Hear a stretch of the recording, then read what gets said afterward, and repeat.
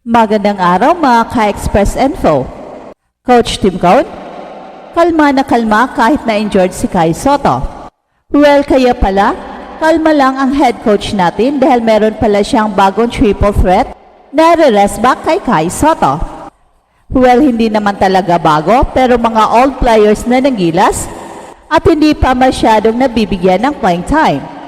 At ngayon ang tamang pagkakataon upang ipakita ng gilas ang tatlong young and promising players ng team. At ito ay sina AJ Edu, Carl Tamayo at Kevin Kiambao, tatlong insanely skilled players na napaka-versatile na grabe ang potential. Ito na ang sinasabi ni Coach Tim Cone noon, ng tatlong ito ang future ng Philippine basketball, pero mukhang napadali, and the future is now. Sa kabila ng pagka-injury ni Kai, nananatiling kalmado si Coach Tim Cone ng Gilas Pilipinas. Ito ay dahil may nakahandang mga manlalaro na handang pumuno sa puwang na iniwan ni Kai. Bagamat hindi sila mga bagong mukha, ang mga manlalarong ito ay bahagi na ng Gilas pero hindi pa nabibigyan ng sapat na pagkakataon upang magpakitang gilas. At ngayon, ito na ang tamang panahon upang ipakita ang kanilang kakayahan. Ang tatlong manlalarong ito ay sina AJ Edu, Carl Tamayo at Kevin Kiambao. Sila ay mga batang atleta na may pambihirang kasanayan at versatility sa loob ng court. At ayon kay Coach Tim Cone, ang tatlong ito ang kinabukasan ng Philippine basketball, pero tila napabilis ang kanilang pag-angat at ang hinaharap ay ngayon na. Si AJ Edu ay kilala sa kanyang depensa at shot blocking ability. Bagamat nagkaroon siya ng injury sa nakaraan, patuloy siyang nagpapakita ng determinasyon upang makabalik sa kanyang pinakamahusay na anyo. Ang kanyang taas at athleticism ay malaking tulong sa frontcourt ng Gilas. Si Carl Tamayo naman ay isang versatile forward na may kakayahang maglaro sa loob at labas ng paint. Ang kanyang shooting touch at footwork ay nagbibigay sa kanya ng advantage laban sa mas matatangkad na kalaban. At sa kabila ng kanyang kabataan, ipinapakita na niya ang kanyang kakayahan sa iba't ibang international competitions. Si Kevin Kiambao ay isang stretch big man na may kakayahang magpasa at mag-shoot mula sa labas. Ang kanyang court vision at basketball IQ ay nagbibigay daan sa kanya upang maging playmaker kahit na siya ay nasa frontcourt position. Ang kanyang versatility ay nagbibigay ng iba't ibang opsyon para sa opensa ng Gilas. Sa kanilang tatlo, inaasahan na mapupunan ang kakulangan na iniwan ng injury ni Kai. Bagamat malaki ang papel ni Kai sa kupunan, ang pagkakaroon ng malalim na bench na may kalidad na mga manlalaro ay nagbibigay ng kumpiyansa kay Coach Tim Cone na kaya nila makipagsabayan sa mga malalakas na kupunan tulad ng New Zealand. Ang laro kontra New Zealand ay isang malaking hamon para sa Gilas.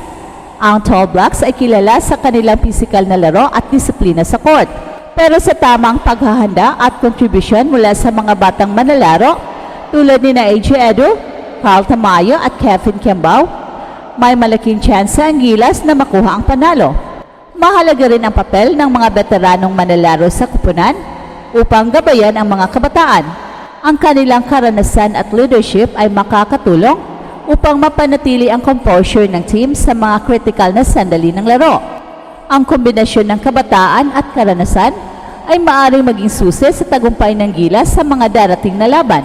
Well, sa kabuuan, ang pagkawala ni Kai dahil sa kanyang injury ay isang malaking dagok para sa Gilas Pilipinas.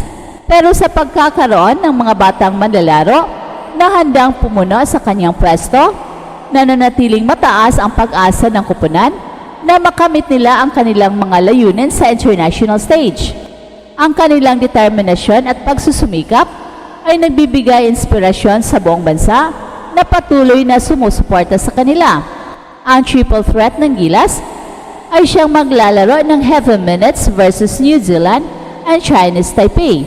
Dahil qualified na ang Gilas at ito ang tamang panahon upang mag-experiment at mas lalo pang palakasin ang team sa pamamagitan ng paggamit ng iba't ibang mga kombinasyon. Although nandyan pa rin ang Gilas old reliable na sina Junmar Fajardo, Chris Newsome, Dwight Ramos at Scottie Thompson who played heavy minutes sa mga nakaraang laro ng Gilas, Pero iba pa rin kapag nabibigyan ng minuto ang triple threat upang magiging unpredictable ang Gilas at mas lumalaki pa ang chances of winning. At sa nalalapit na mga laban ng Gilas kontra New Zealand at Chinese Taipei, inaasang bibigyan ng mas mahabang playing time ang tinaguriang triple threat ng ating kupunan na sina AJ Edo, Carl Tamayo at Kevin Kiambao. Dahil nakapag-qualify na ang Gilas para sa FIBA Asia Cup 2025, nakikita ito bilang tamang pagkakataon ni Coach Tim Cone upang magsagawa ng mga eksperimento at mapalakas pa ang kupunan sa pamamagitan ng iba't ibang kombinasyon ng manlalaro.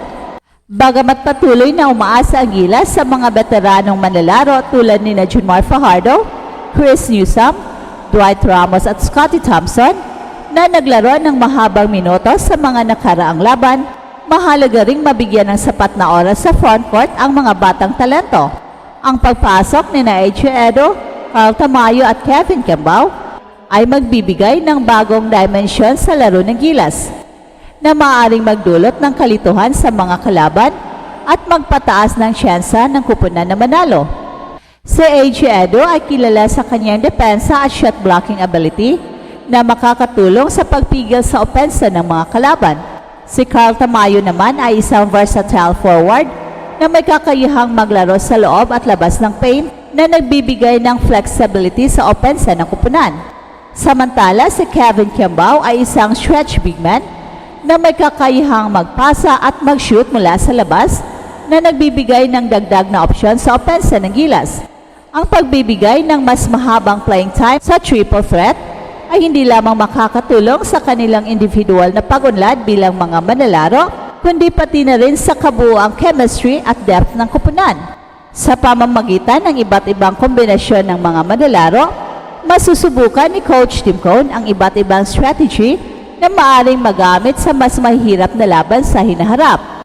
Well, sa kabuuan, ang desisyon na bigyan ng mas malaking responsibilidad sina AJ Edo, Carl Tamayo at Kevin Kiambao ay isang hakbang tungo sa mas matatag at mas malalim na roster para sa Gilas Pilipinas.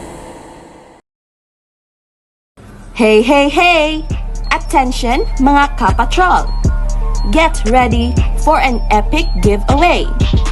Once Express Info hits 150k subscribers, one lucky winner will win the incredible Oppo Reno 11F 5G smartphone. Here's how to join. Step 1. Subscribe to Express Info right now. Step 2. Like this video. Then step 3. Comment anything good and positive about our idol Kai Soto. Super easy. Just subscribe, like, and comment.